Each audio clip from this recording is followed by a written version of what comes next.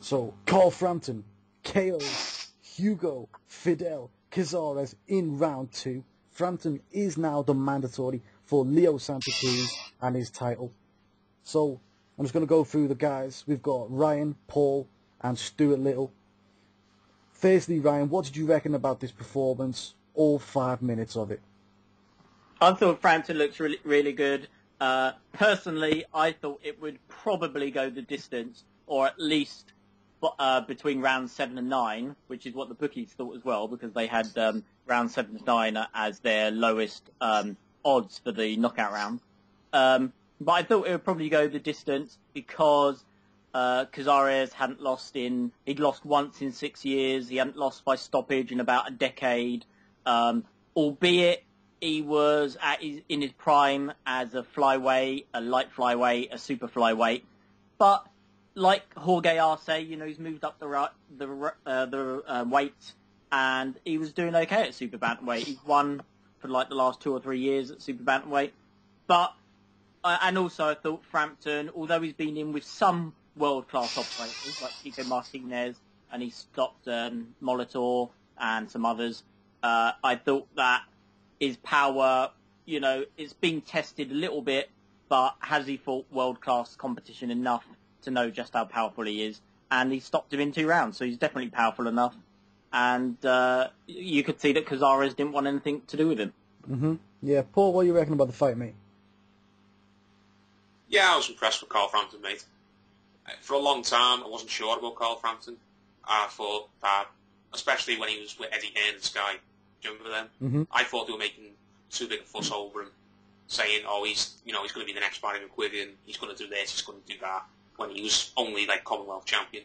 It took me a while to, really buy into Carl Frampton, but I've bought into him now. He knocked out Kiko Martinez, he's knocked out that Brody. It wasn't bad. That guy, alright, he wasn't a world-class name, but he wasn't a mug. And he's knocked out Cázares now, and yeah, I agree with what Ryan said. I don't think he wanted anything to do with Frampton there. He didn't want to know. He got hit with a cracking shot, went down, and, in my opinion, stayed down on purpose. Frampton looked great, and I'm looking forward to him getting his title fight. Mm-hmm. Stuart, what do you reckon about the whole performance, pal? Yeah, I enjoyed Frampton's performance. I mean, he came out from the bell, and he's just looking to take mate's head off, and it was just a matter of time before he did. I mean, mate looked like he had some good skills on the back foot, looked like he was a decent counter-puncher, but Frampton's an animal. I mean, he's got a solid chin. He's going to walk through these punches, and he's going to come for you, and he's going to get you eventually. He can moan about the counter all he likes. If he'd have got hurt, he'd have got badly hurt. So, for me, I think he knew that, and he give it the language excuse, to get out of it. But for me, everyone knows how to count to 10 in English. I mean, he knew what was going on. If he'd have got hurt, he'd got badly hurt. He thought, time to get out of here, and to save face, he did what he did. But I'm really impressed with Frampton. I've got it on record as saying he'll do a real good number on Santa Cruz. I've been saying it for ages. I just think Santa Cruz is overrated. I've not been impressed with him, and I think Frampton's just all wrong for him. And I can see Santa Cruz getting stopped for the first time in his career. Mm-hmm. Okay. Yeah, I think it was a great fight, decent fight. Frampton, one of the things he did show us in this fight was he cuts the ring down well when he's on the attack, and that was good. He bullied the Mexican around. How many times have you heard the Mexican getting bullied? It don't come around very often, but Frampton bullied this guy around. He didn't want to know at the end of the day, and then he landed a good left hook that put Hugo on silly street. So that was the end of that fight. Going into my next point, we don't have to spend much time on this point because, to be honest, Cázares didn't actually spend too much time on it himself, but he did complain about some type of a leg injury in round 2. Ryan, did you make anything of that at all, or do you think it's a non-issue? I think it's a non-issue, but at the time when he got hit, when we were watching it live, I thought, this is going to end early. It's going to be over in, what was that? That was still round 2, wasn't it? Yeah, before he got stopped. I thought, this is going to be over. Now he's going to, whether it was true or not, I don't know. if it had stopped, whether it was a true injury or not, we might not have ever known. But it looked like the sort of injury that stops fights early on. Like when Hopkins on his hip in his fight with Chad Dawson first time round. It looked like one of those sort of injuries. But no, I think it was a non-starter. He got hit. It looked like he got hit in the hip.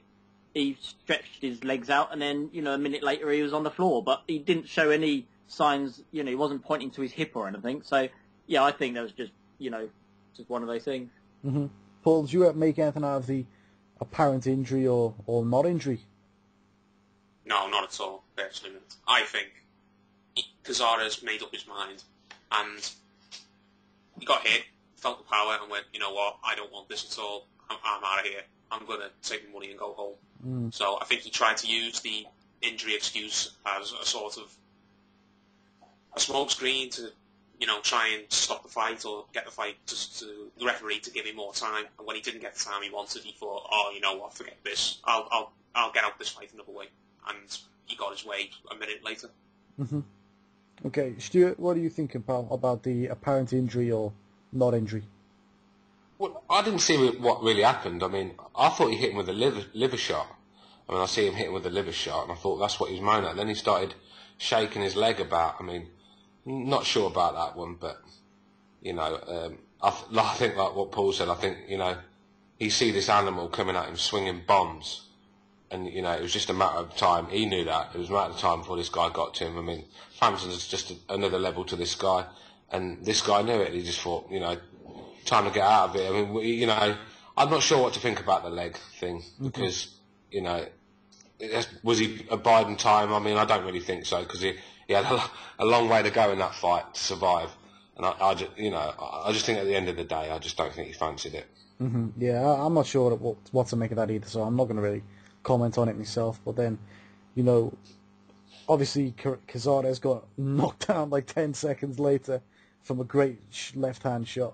He then goes and complains at the referee after being counted out. What did you make about that, Ryan, about the actual count-out?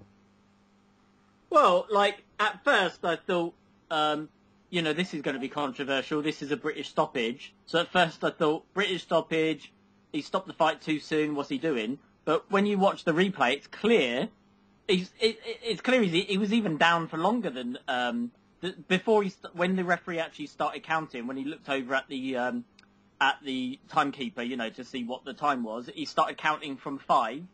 But by that point, I was already up to about a count of 8. So he was down for longer than 10 seconds, whatever way you look at it. But just going by the official count of the referee, he gets the count back at 5. So he goes 5, 6, 7, 8, 9, 10. And when he says 10, he waves it off, and then Cázares gets up. So whichever way you look at it, he's been counted out. And then he complains, and some people will assume that there might be a language barrier, but there is no language when you've got your fingers in front of the guy's face and you're going 5, 6, 7. You can count fingers, so I think he just didn't want any more of it. I think that might have been possibly his last fight. He's in his late 30s. It was probably a good payday at the end of his career, and after he tasted Frampton's power, he thought, right, enough is enough. I'm staying down. Mm-hmm. Yeah. Paul, what are you thinking about that? Not much to add. I think Ryan's nailed it. He's quite old, Cázares. That's probably going to be the last big payday he gets if he fights again. He stayed down because he didn't want any more of Frampton's power. He wasn't hurt. He might have been hurt, but I don't mean he was hurt as in injured sort of thing. There's nothing wrong with his leg. He got caught with a cracking shot, and he thought, you know what, I'm going to try and do what Malik Scott tried to do, and try and blag it and say, oh, it's not fair, the referee counted out, but he's done it very, very badly. Malik Scott didn't exactly win any BAFTAs when he tried to do it, and Cázares put in an even worse attempt at trying to con the fans. He's not getting away with it at all. Yeah. I mean, either way you look at it, he's learning from Malik Scott on not how to count to 10. Malik Scott's one of these guys who definitely needs to go back to Sesame Street and learn how to count to 10. And I think Cázares needs to go there and start watching that too. Stuart, what do you think about? What do you reckon about the stoppage? Why was he complaining at the referee? What was going on? Well, I think Paul said it was a Malik Scott moment. I mean, British referees have got a bit of a bad reputation at the moment. I mean, everything they seem to touch seems to turn to shit.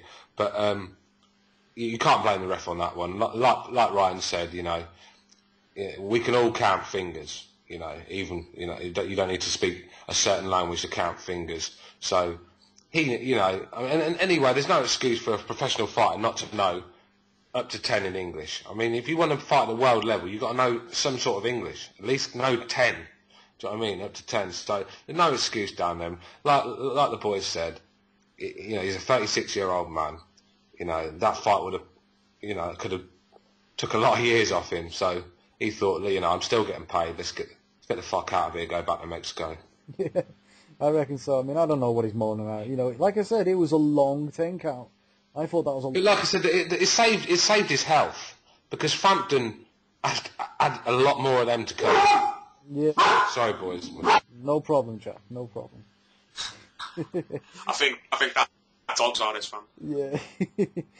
So we'll end it on this one. Do you think Frampton and Santa Cruz will happen in the future? I know he's mandatory, but still, mandatory doesn't mean it's going to happen. Ask give me an example. Jose Alusagan, Flaming. Who's the other one? Kubrat Pulev. Kell Brook. I think Fury had 2 eliminators. I think he had a semi and an eliminator, and he hasn't had a title fight. So go on, Ryan. What do you think? Do you think this fight will actually happen? Don't forget, Al Heyman is Santa Cruz's manager. Yeah, I don't know. Advisor. Because I don't know what Barry McGuigan's relationship is like with Heyman and Santa Cruz, Santa Cruz's team and Golden Boy. So I don't know if it can be made for political reasons. But as for the fighters, yeah, I think the fighters will definitely be up for that. They both need a signature win, especially Frampton. Leo Santa Cruz, I'd say probably need a signature win. I mean, I'm pretty sure the most boxing fans wouldn't be able to tell you off the top of their heads which world-class fighters he's beaten off the top of his head. I mean, even I would struggle. I'm thinking Zaleta, and and I'm already thinking, who else has he beaten? Mm-hmm. So both of them need a signature win on their record, and that will be the one for them. But as for the politics, I don't know what happens there. I don't know what their relationship's like. Okay, cool. Paul, what are you thinking? This, Frampton is mandatory, but do you think the fight will happen? Well, as you said, Al Heyman's Santa Cruz's manager or advisor or whatever, and Al Heyman's a lot of things, but stupid's not one of them. If Santa Cruz doesn't watch that fight, Al Heyman probably will, and will Al Heyman be confident enough to put Santa Cruz in? Will Santa Cruz want to go in with Frampton, or will Heyman want to put Santa Cruz in with Frampton in Belfast? I don't reckon so. Personally, I think if the fight will happen, it'll have to go and happen in America, even if the money's far less and the crowd would be far less, because I just don't think Al Heyman would send one of his fighters into the Lion's Den in Belfast. If the fight does happen, though, I would fancy Frampton to win it, personally. Mm-hmm. And if it does happen in that case, and Al Heyman sends Santa Cruz over here, well done, Santa Cruz, for taking on that kind of fight. Yeah, definitely. Big kudos to you. I'm behind you. Doesn't want to do it, does he? Yeah, but if we're going by past form, I wouldn't exactly expect it. Stuart, are you still with us, or are you going to give us your opinion? Yeah, I'm still here. Fight? Well, let's get straight. I think the fight could happen, but not in Ireland, not in Belfast. Sorry, it's going to happen. Don't be surprised if that doesn't happen on a Floyd Mayweather undercard in September. Mm-hmm.